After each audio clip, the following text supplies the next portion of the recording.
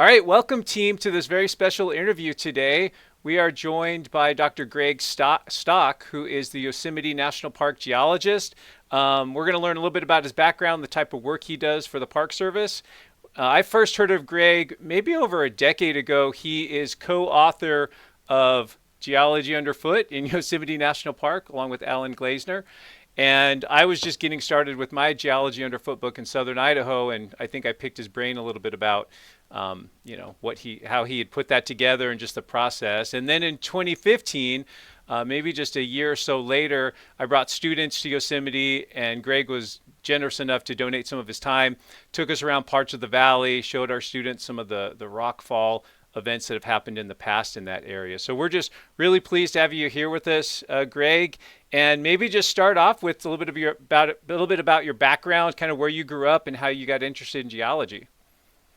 Yeah, well, thanks for having me. This is a pleasure to talk with you today. Um, I grew up in the Sierra Nevada foothills, not far from Yosemite, which I think is mostly coincidental, really, that I have this job. But yeah, I grew up in a little town called Murphy's, which is about a 2-hour drive north of Yosemite. There's a lot of really interesting geology around there, and as a kid, grew up exploring caves and mine shafts and not necessarily seeking out geology knowledge, but doing a lot of outdoor things that involved geology. And then when I got into high school, I really got into cave exploration and exploring the backcountry of the Sierra. So I was kind of an armchair geologist, but started off at Humboldt State University, now Cal Poly Humboldt, as an English major because I just wasn't convinced that I had what it took to be a scientist, honestly. But I had some very supportive and encouraging professors at Humboldt, and within about a year and a half, they were telling me that I really should major in geology. So, They converted um, you, huh? yeah, they converted me, and it didn't take much, really. It just took them telling me that I had what it took. So I just needed the encouragement. Yeah, so in between, like when during the summers when I was a geology major at Humboldt, I was working for the National Park Service in Sequoia Kings Canyon, doing geology related work, mostly around caves. And then after I graduated from Humboldt, I was working seasonally, summers in Sequoia Kings Canyon, winters in Hawaii volcanoes, which was a very nice Yeah, gig awesome. for a few years there, but ultimately just felt like there was a lot more I wanted to learn. So I went back to graduate school at UC Santa Cruz, got a PhD in geomorphology related to Sierra Nevada erosion and uplift, and did a postdoc at the University of Michigan and was doing some serious job hunting. And among the many academic jobs that I was considering and applying for, there was a job for Yosemite's first geologist. Hmm. So I put in for that and got the job. So I've been Yosemite's park geologist, the first park geologist, since 2006. So it's been an awfully long time. And all I can Wow. say is periodically I look at other jobs that are out there and just want to keep being the Yosemite park geologist. Well, Pretty big gig. it seems like you just found like the perfect niche because it seems like your heart geologically has been always in California and the Sierras, Yeah. and you were able to go to school and study it, but then also circle back. And it's interesting too that you started out, getting maybe summer internship jobs with the Park Service, and then that also sort of came full circle now that you're, employed there. Yeah, it definitely helped me to have some experience with the Park Service, because I wasn't quite sure what this park geologist job would be like, but I did know that I love national parks and I really respect the National Park Service. And so it wasn't a hard sell for me to think about being a Park Service employee. Right. So here, help me clear up a confusing thing in my mind.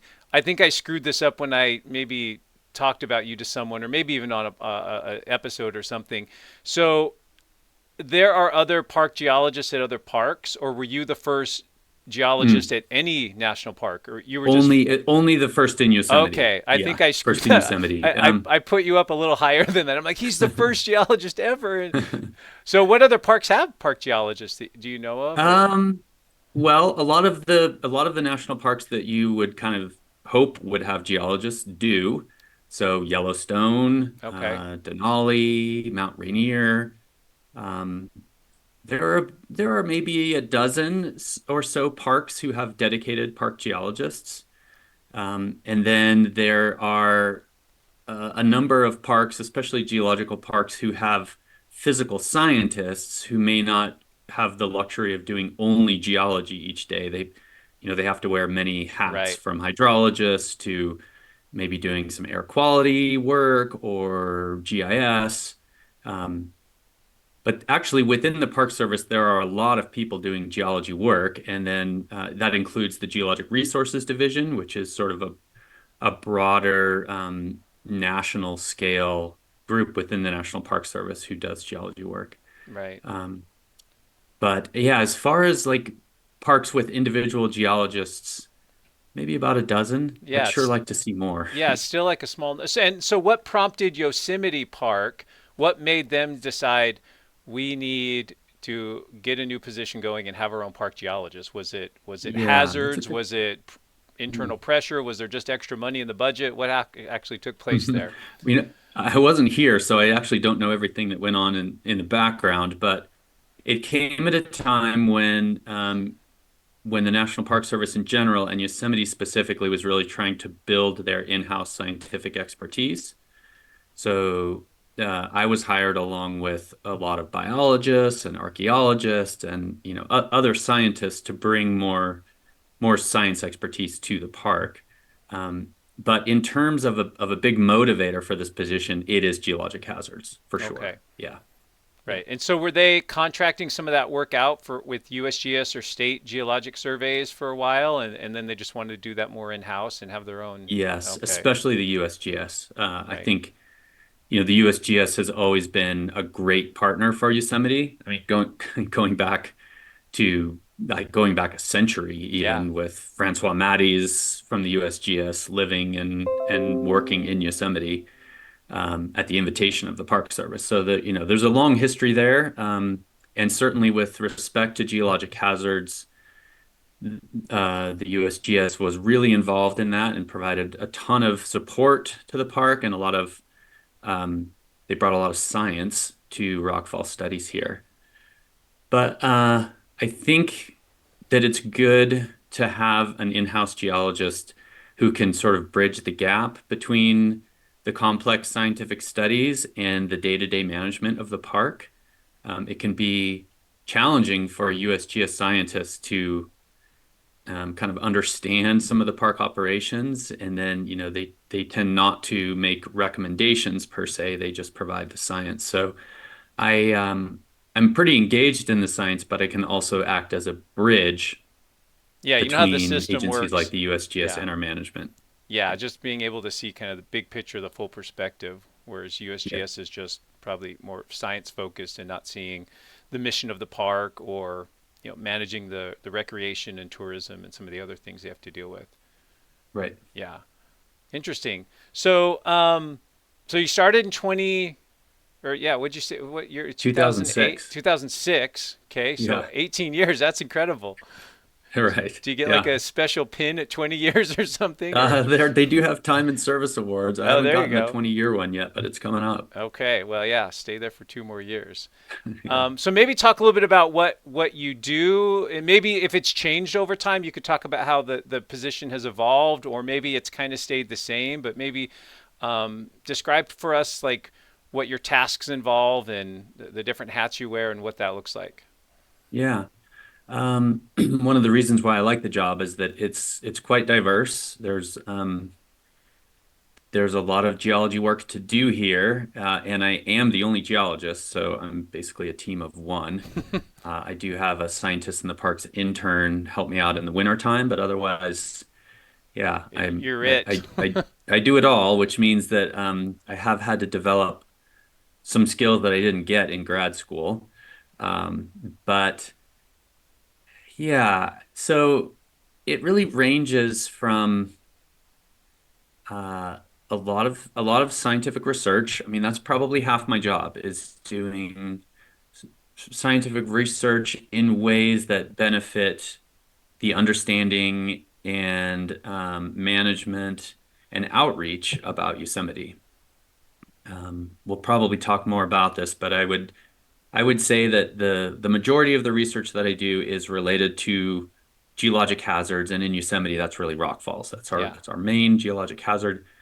Rock falls happen every 5 days on average somewhere in Wow. Yosemite. That's So they're crazy. quite frequent, which makes it a perfect natural laboratory for studying rock falls. But because we also have 4 to 5 million visitors per year, there is a fair bit of risk that's associated with rock falls too. So um, there's a lot of work around that, and some of it is, you know, immediate response to rock falls, like getting calls sometimes at 3 in the morning because of rock falls in developed areas Right. around roadways, providing an assessment of that situation and informing the other people in the park, like the roads crews who are responsible for clearing roads, right? We work together on how and when to do that.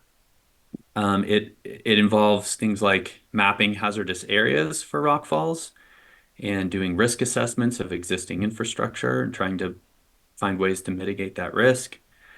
And then part of it is just trying to understand rock falls better. They are mysterious, they are Right. challenging, The and triggers, the causes, fascinating. yeah.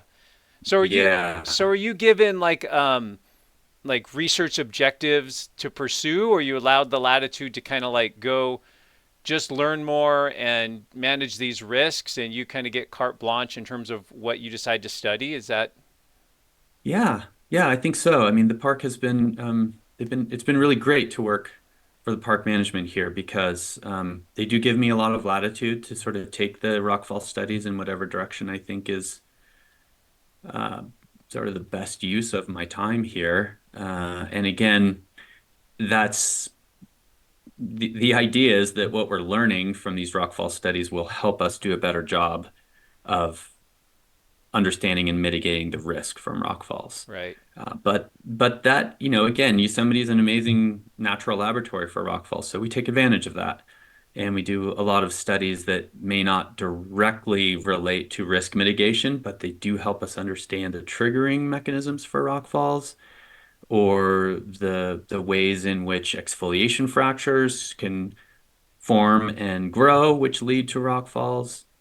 Um, yeah, so it's a mix, and I think as long as I'm there when I get the call at 3 in the Right. morning and I'm, doing good work there, then the park management is really supportive of the science and the publishing and that sort of stuff that I Yeah. do.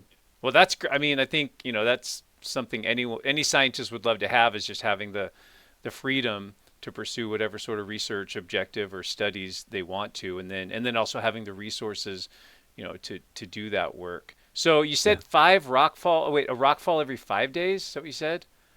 Yeah, on average, That's crazy. it's a little more clustered during winter storms or certainly if there's a strong earthquake or something like that, there might be many Right. rock falls in a day or even within a minute. But they tend it over the course of a year, it averages out to something like one every 5 days. And actually it's rare to go more than about 3 weeks without a rock fall here somewhere. And those would just be rockfall events that you have some sort of record actually occurred. And Yosemite's a pretty big That's right. park, so it's might be higher, right, in terms of like, rockfall that doesn't impact a trail or any infrastructure, and no one really knows that it occurred. So Yeah, absolutely. that's That's exceptional. really just for Yosemite Valley and the lower portion of Yosemite Valley, which connects Yosemite Valley to the town of El Portal. There's a road corridor through that canyon Yeah. that's open year round. Um, so yes, it is limited to the rock falls that we know about. Hmm. Either they've been directly observed or we see evidence of them, or we are picking them up in some of our remote sensing techniques for detecting rock falls. But those are limited to about maybe less than 10% of the park. Yeah. So the other 90%, especially in the winter, is remote and virtually inaccessible. And Right. yes, I'm sure there are rockfalls happening there that we are not accounting for. So it could well be that there's a rockfall every day somewhere in this Yeah. park. And then do you work with obviously the Yosemite Valley and the road down to El Portal? Do you work with like Department of Transportation or other maybe state agencies with that rockfall hazard, especially along like the roadways, or is that all within the park jurisdiction? Yeah, it's in the Park Service's jurisdiction. So, Okay. like the state highways, when they get to the park boundary, they shift. Like Highway Mm, 140 changes to the El Portal Road, and that becomes Park Service jurisdiction. So, okay. when we are working with other agencies related to rockfall hazards on roadways, we're usually working with federal highways, the Federal Okay. Highways Administration. Wow. Well, cool. Well, maybe I know you have a couple graphics prepared. Do you want to maybe just walk us through now that we've kind of talked about rockfall, just like why it occurs in Yosemite, why it's such a hazard, maybe some of the triggering mechanisms, and maybe Sure. a few of the most recent or your favorite kind of Yeah, case sure studies. thing. Let's see. Let me share a screen.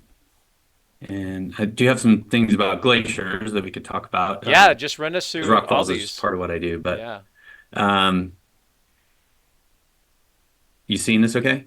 Yeah. Yep. That looks good. Yeah. So this image, may some folks may recognize. This is the summit of Half Dome from the side that you would climb it using the cables, sort of the hiking route to the top. And of course, Half Dome is made of granite. It's actually the Half Dome granodiorite. And and yet, even though it's granitic rock, it looks very layered in this photograph, and that layering is not, of course, internal to the bedrock. It is the result of exfoliation or sheeting joints. So these are fractures that form within the rock. Exactly how they form is still being discussed and somewhat debated. Is it not due to But pressure release? Like, I suppose, let me make sure I'm teaching this right in my 101 class. I've always taught that this magma cools and solidifies underground with rocks mhm. above it and on all sides under pressure. And then once it's exposed at the surface, it's an expansion process. Even though it's rock, it does have some elasticity. And so it expands a little bit. And that's how you get those exfoliation joints. Is that, Yeah, did I screw I mean anything up there? that's the traditional explanation, and I think it works. I mean, I think that's a good thing to discuss in a one-on-one class. But there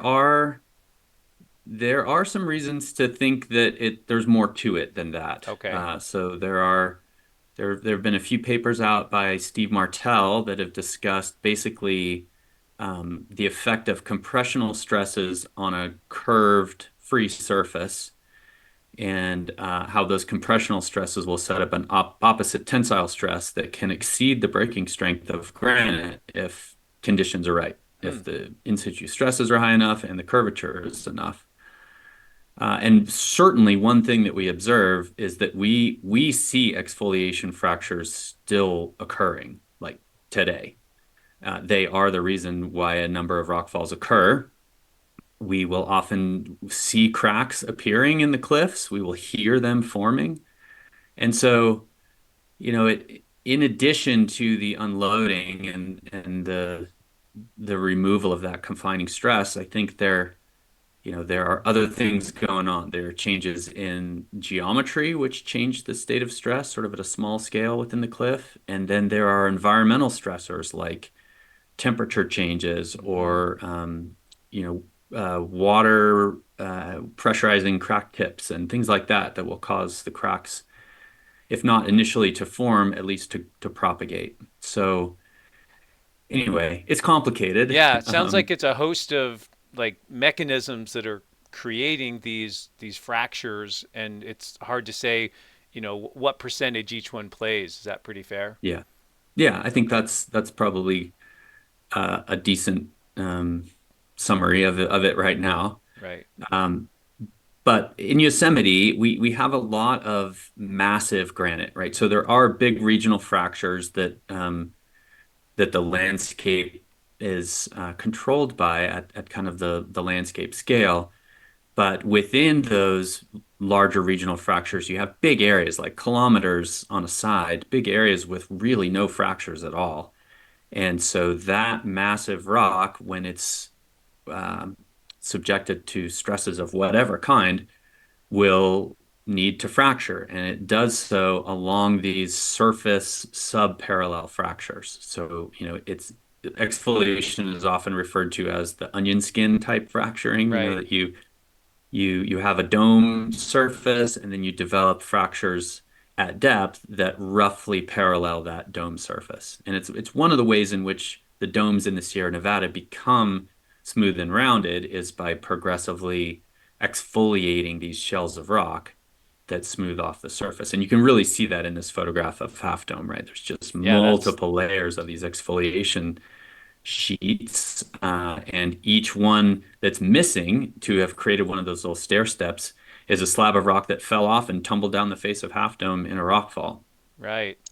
Uh, And do we know so that those these, fractures extend into the rock face? Like we can see them at the surface and they appear to extend in 3 dimensions into the rock body. Is that been yep, verified? Okay. yep, most definitely. You can walk carefully. You can walk around the edge of the summit of Half Dome and trace these things all the way across the summit. Okay.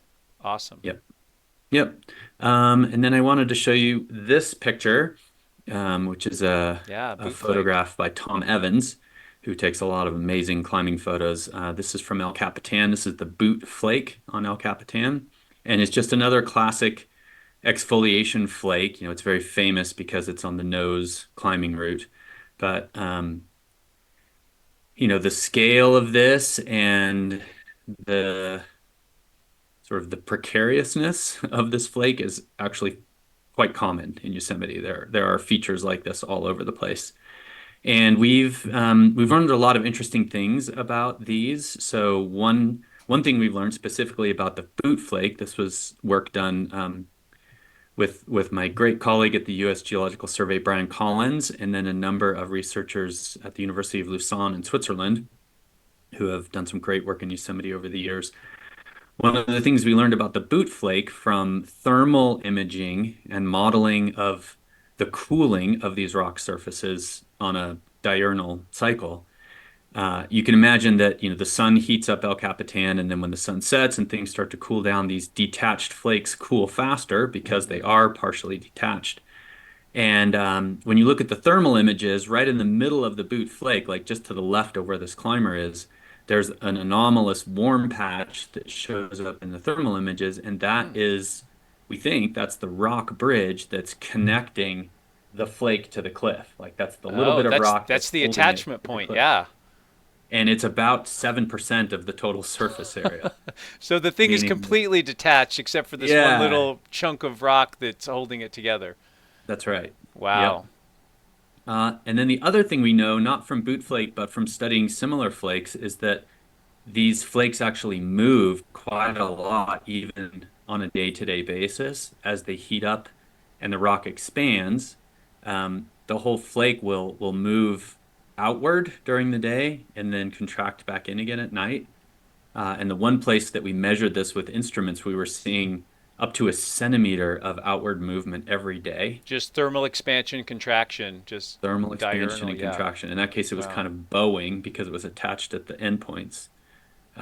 So we saw that particular flake moving in and out every day. It would move progressively outward in the summer and then back in the winter.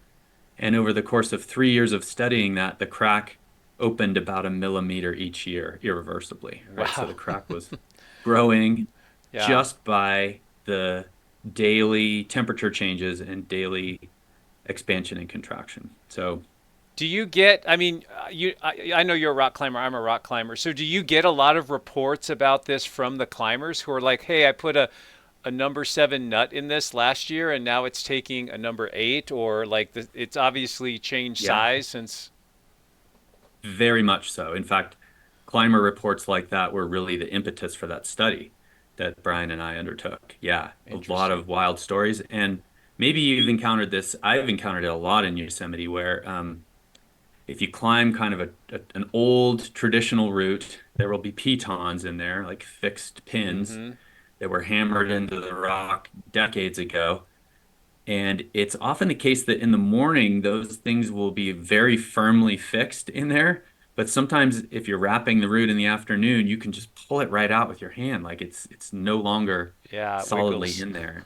So yeah, there have been a lot of hints that this kind of movement is occurring, but we're starting to quantify that movement and then link those processes to rockfall triggering. Right. And do you see big differences like south facing versus north facing slopes and just some slope aspect factors You as know, we well or haven't really studied that in detail yet. okay. It's kind of a big effort actually to get up to these flakes and Oh yeah. instrument them and leave them for a long enough time to get a good signal. So we've deployed those crack meters, those instruments in the cracks in a couple of different locations, but we haven't done like a proper sort of Right. north facing versus south facing aspect. But let's see if I go to this image. I did want to show this too. Oh wow. So we have a really great database of rock falls in Yosemite. It goes back to 1857 and it has more than 1,500 entries now. So each one of these rock falls is located. We estimate the volume. We infer a trigger. Uh, Lots of information in there. And I can provide you with a link at some point where people can go and explore this map online. It's like an interactive web-based map. Yeah, that'd be great. But here it's just showing the documented rockfalls from 1857 to 2020, I think. And the size of that dot corresponds to the volume, and then the color corresponds to the season. Mm, And if there was a strong north-south difference, uh, if, through that, the thermally driven deformation, as well as other rockfall triggers, you would kind of see it show up in this map in terms of, more rockfalls, say, happening on south-facing slopes in the summer from warmer temperatures and maybe more north-facing slope rockfalls in the winter. Uh, if any of your viewers see the pattern, please have them yeah. contact me because I don't really see it, right? Right. There's a lot of dots of a lot of different colors. To But me, there are not clear seasonal patterns to the rockfall in Yosemite. And I think that's because there are a number of different things that can trigger them. There's precipitation, there's freeze thaw, there's yeah. the temperature things we just talked about. There are also earthquakes and snowmelt and root growth. Yeah. Just So many so things many that factors, are right? operating throughout the year that the rock falls are also occurring throughout the year. Hmm. Interesting. Yeah, that's a lot of events. How many events total is that just off the top of your head, like from 1857? Like how many data points you think are there? Like, Um, to up until the end of last year, I think we were just under 1,500. wow.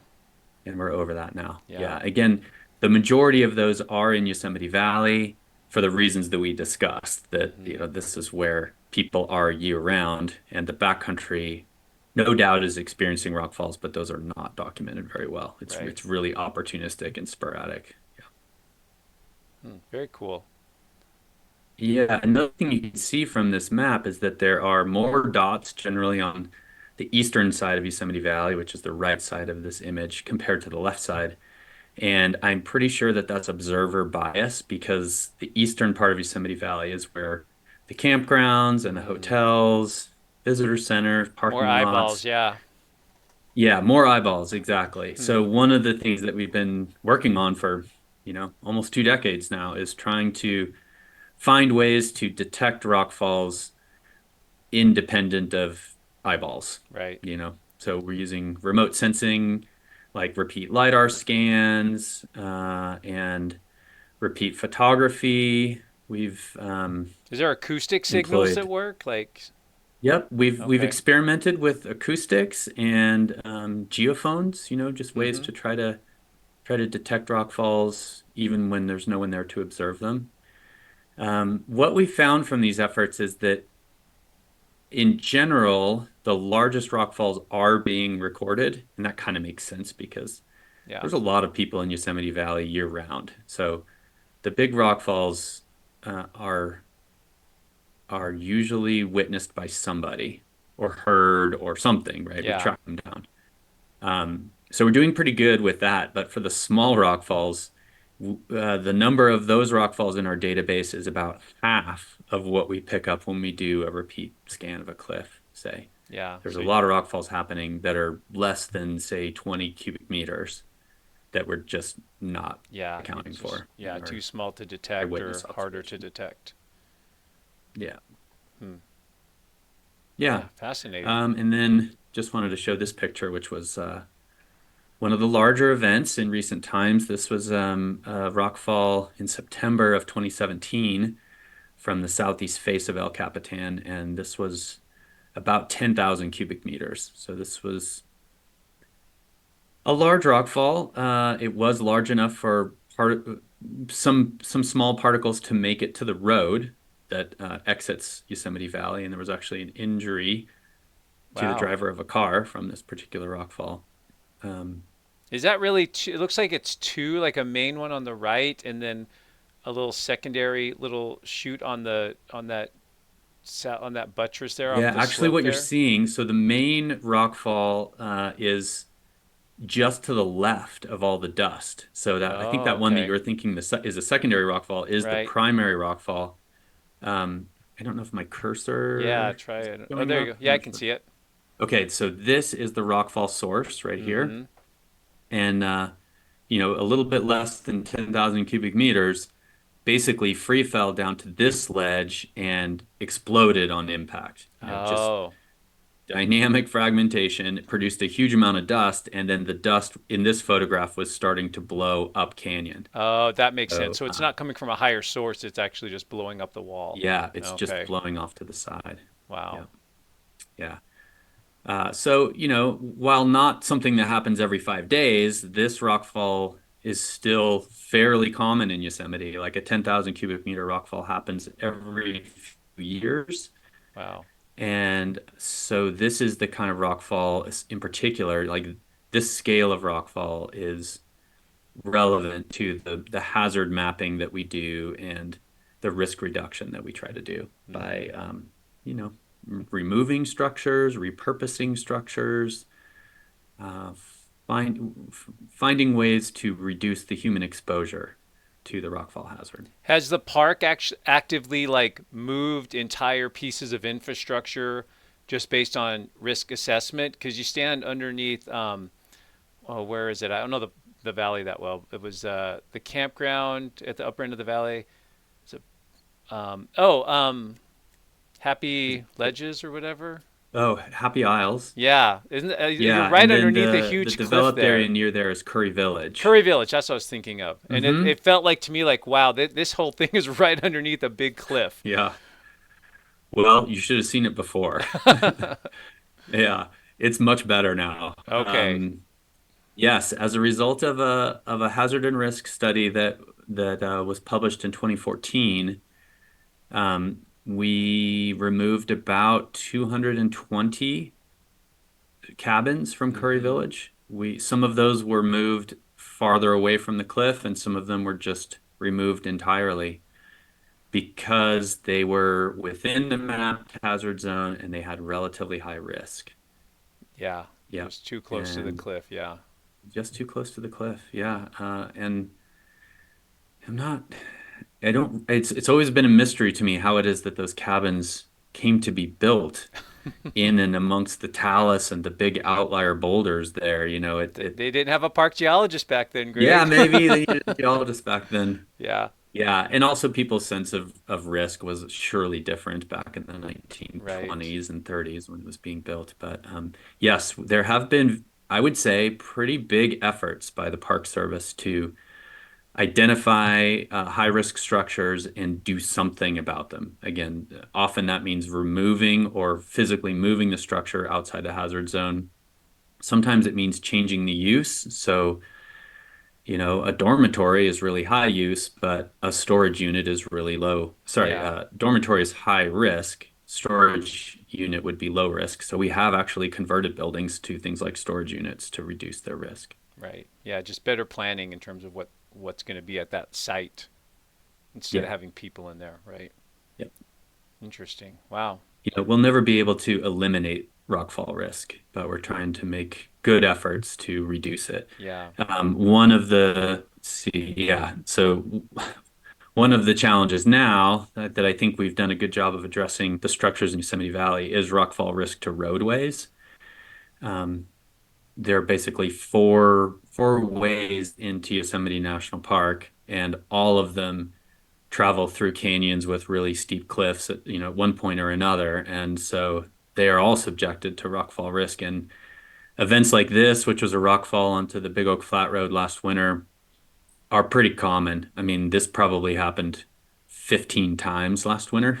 It was a big Wow. winter, but rocks onto the road, including pretty significant damage to the roadway, is something that we are used to here in Yosemite. And it's more challenging to address the risk there because we can't relocate or repurpose the road, right? It has a single purpose and it's in the best place. So this is where we just try to understand more about rockfall processes, rockfall seasonality, and then do what we can to mitigate the situation as we can, and also inform visitors that there is some risk associated with this. Yeah. It's incredible how frequent these are. Like I Yeah. think that's where something I'm learning here is just like how often this occurs. No wonder it keeps you busy. Yeah, it's been interesting to work with international scientists, geologists who are rockfall specialists, mostly in Europe. And when they visit, they're kind of blown away by the frequency of rockfalls and then the magnitude of the Hmm. rockfalls. Yeah. There's stuff happening almost on a weekly basis here that they may see, once a year or something. Right. Yeah. Yeah. Incredible. Yeah. That's great. Well, what else? Do you have any other images for us there, or was that Let's just a see. handful? I do have a couple of, oh, well, this is a fun one. Um, just to Historical, make the yeah. point that, this isn't something that just started happening in Yosemite. Rockfalls have been affecting the park and the park roadways for as long as those roadways have been there. This is a picture from 1948, and I just love the road sign there. That's classic. It's classic. Yeah, and then a couple other pictures. This is we've rescheduled this to do this today because Oh, this is the recent event. Yeah. yeah, the last time we were going to do this, I was distracted by a rockfall onto the John Muir Trail, which is one of the trails that goes from the valley floor up past Vernal Fall and Nevada Fall up toward Half Dome. So it's one of our flagship trails in Yosemite, Hmm. and this is one of about 100 boulders that ended up landing on that trail and causing some significant damage to the trail, like lots of big impacts from boulders. And this was a large rockfall, probably a few thousand cubic meters, Wow. that was triggered by snowmelt.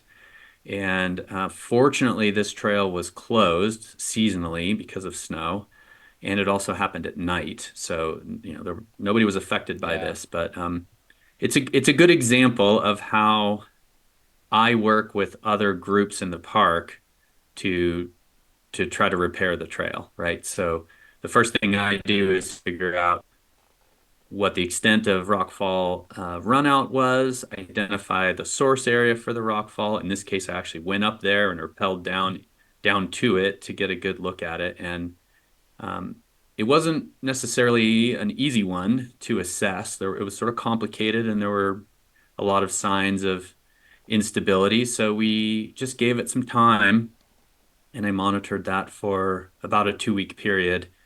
Eventually, the snow melt runoff ceased, and there was no further signs of any additional rockfall. So the trail crew is gearing up to start work on this, and that's going to be probably several weeks as they drill and blast those boulders and clear the trail. Um, Excuse me, that was one of the questions I had is do a lot of these rockfall events are singular events and once that material has fallen, it's over, or do you see like more material coming down and how do you assess if it's done? You know, like okay, more stuff could come down. Is maybe talk yeah. about that for a second. Well, it's super challenging because there's, there's a all of that is occurring. So there are many rock falls that are kind of one-offs, there'll be a single event and that's it, over our time scales anyway. But then there are other cases where a rock fall area will be sort of continuously active over geologic time, and that means, maybe at the most frequent there'll be rock falls every few days there. Hmm.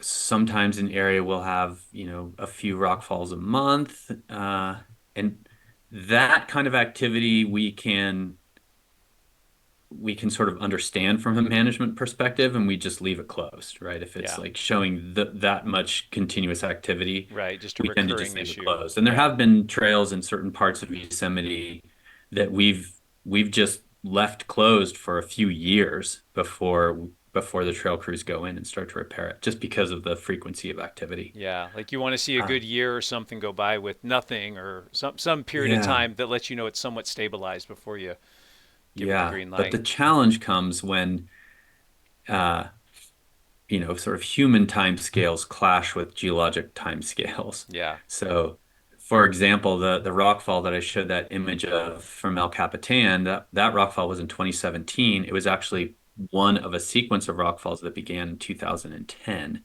Hmm. and was sort of slowly propagating up the cliff. But it's not like we can close the one road out of Yosemite Valley Right. for 7 years, to wait for this thing to do what it's Right. going to do. Not that we could even see that coming. So anyway, it gets challenging when a rockfall source is not necessarily exhibiting lots of signs of potential future activity, but you kind of know over geologic time that it is going to Yeah. happen again, right? That there will be more rockfalls there. And one of the concepts that I use to try to talk to people about that is what I call background rockfall hazard, meaning that there's a huge amount of rockfall hazard in Yosemite Valley because we have 50 Yeah. square Big kilometers of cliffs. cliffs Yeah. in Yosemite Valley alone, and they are riddled with exfoliation fractures. So there's a lot of rockfall potential. And when a rockfall happens from a particular area, if it's one of those cases where there are multiple rockfalls still occurring, or other signs of instability, like active cracking, which we have seen, or lots of water coursing through those fractures, whatever. Even sometimes the hazard can come from the weather forecast, and we're seeing lots more rain in the forecast.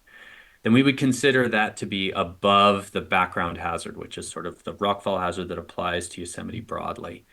And if it's above the background hazard, then we'll leave it closed. Right. Uh, but if we're not seeing those things, and even you just kind of look around at the adjacent cliffs, and you kind of get the sense that Yeah. that particular area is not really more hazardous in appearance than these others, then that's part of how we Make those decide decisions. Yeah. when we feel like it's appropriate to start clearing a trail, for I mean, it's example. almost like an alert status for a volcano. Is it, at background levels? Are you seeing elevated signs of unrest? So it's, caution, and then maybe a red or orange level where it's like, okay, this is a ticking time bomb that's going to do Yeah. something really soon.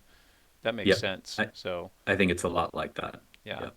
And then luckily, you probably don't have to make the decisions. I'm assuming you make recommendations to the superintendent or a body, and That's then right. they make the call. Yep, that's right. So, And that's important because sometimes there are other big issues at play. So just to give you an example, when the big rock fall happened from 2017 and there was an injury to someone driving a vehicle, we did close that road, the road leading out of Yosemite Valley. We closed that road for 24 hours. And in that case, the way we get people out of the valley is to take the two-lane one-way road that comes into the valley and we switch it to 2 lanes. yeah, and that reduces your And for capacity by 50%. it does, Yeah. and also for the people who are used to it being two lane one way, they're driving in the wrong side of the road all of a sudden. So And, you there were nearly right. head-on collisions during that 24-hour period. So one of the things that, the our protection rangers here, our law enforcement rangers here, have to do is try to balance those risks, right? Yeah. I'm providing the geologic input for that, but they are incorporating a lot of other information about risks that people are subjected to in the park. Yeah. So they're usually really good conversations, and our superintendent and our management team here at the park is they're smart folks and they listen well. So Yeah. it's a good system. No, that's good. I mean, that probably speaks to the fact that you've been there 18 years is you're in a good work environment with people who are, everyone's kind of pulling in the same direction, and that's always like Yeah. a good way, a good environment to kind of operate in.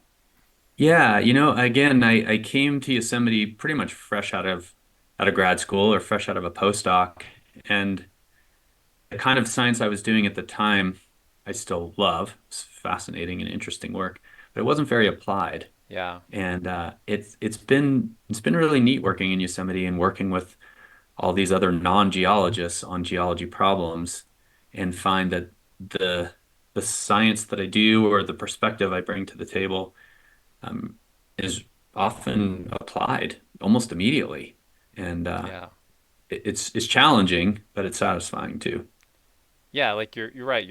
It's applicable. And it's always changing, right? You're in a work setting and a research setting where yeah, it's rockfall, but every rockfall is different, and we learn something, and here's a new way to monitor it, and so that probably keeps you engaged more as it's constantly changing and evolving on that front. Yeah, So, no, that's for awesome. sure. So Yeah. awesome. Yeah. Anything else you want to share with us? I don't know how many if you had more graphics to share or I did want to just if you're good with switching gears, yeah, for sure. I want to see everything you okay. got. Yeah. There's another. So again, Rockfall is probably half of my time, I would say.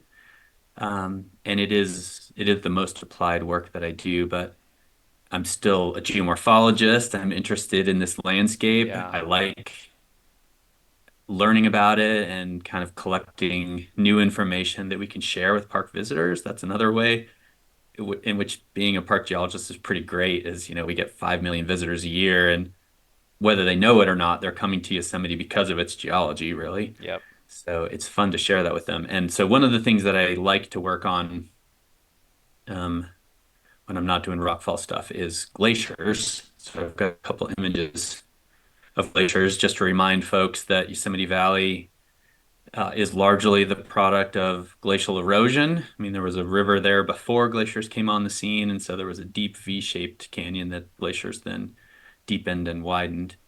So this is an artist illustration of what Yosemite Valley might have looked like during the last glacial maximum about 20,000 years ago. And still in Yosemite, there are lots of fresh signs of that glaciation. So one of the fun projects that I wrapped up a couple of years ago, but I spent probably 14 years on, was a project that I inherited from Clyde Hofdig, who worked for the USGS and UC Berkeley. And he started making a map of the Tioga glaciation in Yosemite, I think in the 1950s. Mm. So he worked on it for decades. And then when he passed away, he actually left money in his will for someone to finish the map. And I got that money from his family, continued the effort with new tools like LiDAR and cosmogenic exposure dating, some other stuff, but ultimately was able to put out this map available through the USGS of the extent of Tioga or last glacial maximum glaciers in Yosemite. And Yosemite is just a great place to see the effects of recent glaciation, because there's like just, I don't know, probably thousands of square miles of polished bedrock, Yep. striated bedrock, glacial erratics, right? These solitary boulders just sitting on these slabs. You just walk around the Sierra Nevada. You can walk around for days and weeks and see this everywhere you go. So Yeah. it's an amazing landscape for that. That's incredible. Yeah, that map you guys put together, I've looked at that, and it's the detail on it's incredible. It's really well done, and it's seemingly Herculean task, and just I don't know how many hours of field work that involved. I mean, the lidar and the remote sensing is helpful, but ultimately, someone had to go there and probably verify a lot of that on in the field, Yeah, and I mean, credit to Clyde. He did more work on that than I did, for sure. He right? spent most of his summers in Yosemite, often with students, doing this mapping. So I thought that I was just going to digitize his maps, basically, like pull together and just take it across the finish line, which is really what I did. But I got pretty sucked in Yeah. myself, so I'm sure I did easily hundreds of hours of field work. Well, 14 years, that's Yeah, substantial. 14 years, mostly in the summer, but yeah, Right. put a lot of work into it. Um, and it's fun. You kind of don't want to stop, which is probably why Clyde didn't finish it. Yeah. But yeah, so that there's that, and then the one other thing I wanted to mention with glaciers is that there are still a few remaining Mm, glaciers yeah. in Yosemite. These are up at the highest peaks, so 12 to 13,000 feet. This is a photograph of the Lyell Glacier, and there's another glacier right nearby called the McClure Glacier.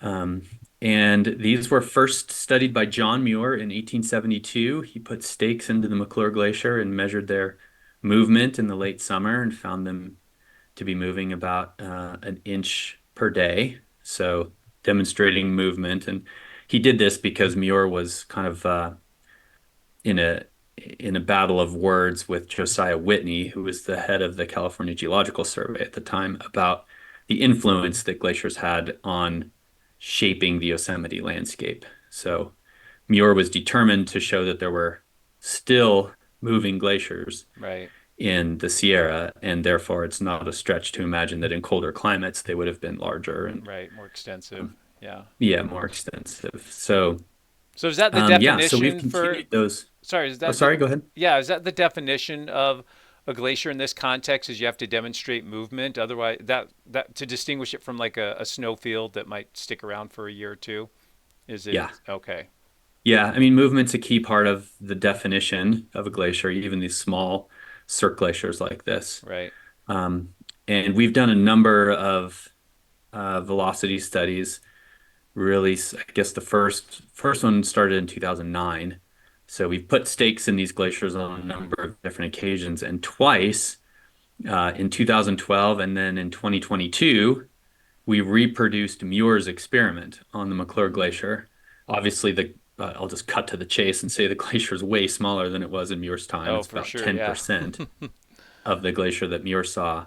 But when we put stakes in the McClure Glacier in a similar configuration as to what Muir did, this was 140 years later, we got the same result. So we Wow. started on the same day that he did and ended on the same day.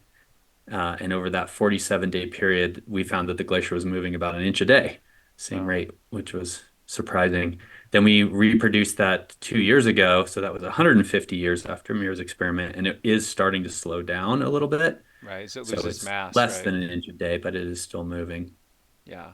And meanwhile, the Lyell Glacier, which is the one shown here, every time that we've put stakes in it, starting in 2009, they have not moved. So it's Interesting. not, strictly speaking, a glacier anymore. It would be the Lyell Stagnant Ice Patch, Yeah. which still can't bring myself to say. That sounds really technical.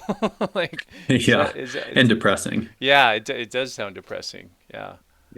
It's, yeah. And this is just the sort of your classic before and after Yeah. photograph. The first pictures of the Lyell Glacier were taken in 1883 by a group led by Israel Russell and G.K. Gilbert from the U.S. Geological Survey. So they were up there making maps and taking photographs of the Lyell and McClure glaciers.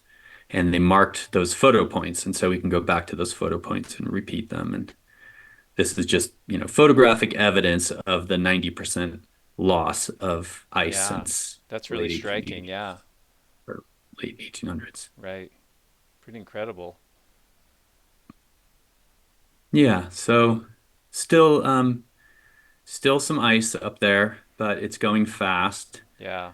It's actually kind of hard to estimate when the glaciers will retreat because they're so small now that they actually are very affected by an individual winter's snowfall. Right. They I mean, can we like tend to double their think of size. glaciers. Right. Because it's, Yeah, right. We tend to think of glaciers as being good indicators of longer term climate patterns because they're not so sensitive to annual fluctuations. But when they get really small, they actually do become pretty sensitive to yeah. that. So when we have 2 or 3 years of drought conditions, the glaciers will lose a lot of ice. Hmm. And then during the big snow years, they'll stay snow covered. All of the glacier will stay snow covered the whole summer. Right. And then So, they're adding a little bit. But yeah, yeah, it's kind of like a step or two forward, but three steps back probably in the long right. term. So Exactly. yeah, Yeah. that's incredible. Wow. Well, let me ask you one more question to kind of wrap up here. I appreciate you Okay. giving us time today, Greg. So maybe you've kind of touched on different aspects of Yosemite geology, and so for the average visitor or tourist or geology aficionado, can you maybe talk about the one area or aspect of Yosemite geology that you think is underappreciated or maybe less well known out there, like something you know about, but you're like, I wish this story hasn't been told well, or I wish people knew Mm. about this place, or anything that comes Mm. to mind. Yeah, it's interesting. I mean, I tend to think of Yosemite as Granite National Park. There's Yeah. just granite everywhere, and because of glaciation, that granite is so beautifully exposed. So it is for people who are interested in granite, it's a paradise. And especially if you can get up into Tuolumne Meadows, which is Hmm. kind of in the higher part of the park. It's mostly accessible in the summertime. That's an amazing place to go to just see some beautifully polished granite Yeah. and the wonderful forms and features in that granite. Yosemite is not necessarily the best place to come if you're interested in other rock types, but I can recommend two hikes. One is a short hike to a place called May Lake. It's Hmm. just about a 2 mile round trip, maybe 3 mile round trip. And there are some old metamorphic rocks there that are amazing and juxtaposed against the granite in a really interesting The way. rocks that the magma intruded into, like the roof Yes, pendant. Okay. yes. With their own complicated history. Right. So the metamorphic rocks, they're mostly quartzites and some marbles. At May Lake are pretty neat. And then another neat place to go is a place called Gaylor Lakes, which is near Tioga Pass. And there again, you can see older metamorphic rocks. Some of those are, 400 or 500 million-year-old metamorphosed marine rocks, Hmm. like at May Lake. And then some of those are metamorphosed volcanic rocks, some of which were erupted out of the volcanoes that were, active as the granite was Right. forming Yeah. below The them at the depth. the So volcanoes, these magma chambers were feeding at the surface, so to speak. exactly. Yeah. Oh, good tips there. Yeah. So even for folks whose first interest isn't in granite, there are still a few spots in Yosemite where you can see some pretty amazing metamorphic rocks. Yeah. There's more to it than just glaciers and granite Yeah, cliffs, but that's the bulk of it.